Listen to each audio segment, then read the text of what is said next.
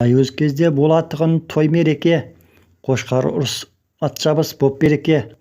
Палуандар аударысып күресетін, қылмады бір-біреуде ешкелекке. Сатын палуан, Ганжы палуан тұрған байлар, Бұхарада аты шыққан ертөлеке. Ай. Әжік ата жүгірудің пірі болды, Әлке батыр жолдас байлар ірі болды. Бертін келе Нұрбек палуан аты шығып, Үштіқойға танылғаның бірі болды. Ат жарыстан Майлыбайдың аты озып, Миша батыр шабарманның бірі болды. Ай. Баба Мұрат қиқулатып ән салатын, барлығы да сол әнге мәз болатын.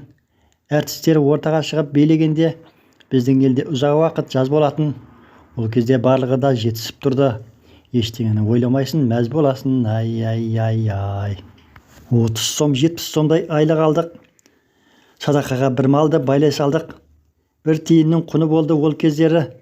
Әр жыл сайын әруақтарға құрбан шалдық. Сол кездегі өміріміз өмір екен.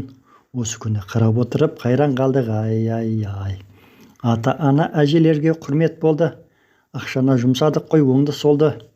Әр ай сайын премиялы беретұғын. Көңіліміз шайдай ашық нұрға толды. Бір-біреуге көре алмау деген түк жоқ. Бәріміздің парабамыз бірдей болды. Ай.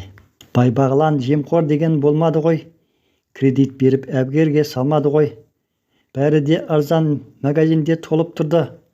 Қыдырма кәмпит дегендерді алмады ғой. Полицейлер адамдарға қамқор болып, коммунизм жастары жалғады ғой. Ай. Осылайша күн артынан күндер өтті.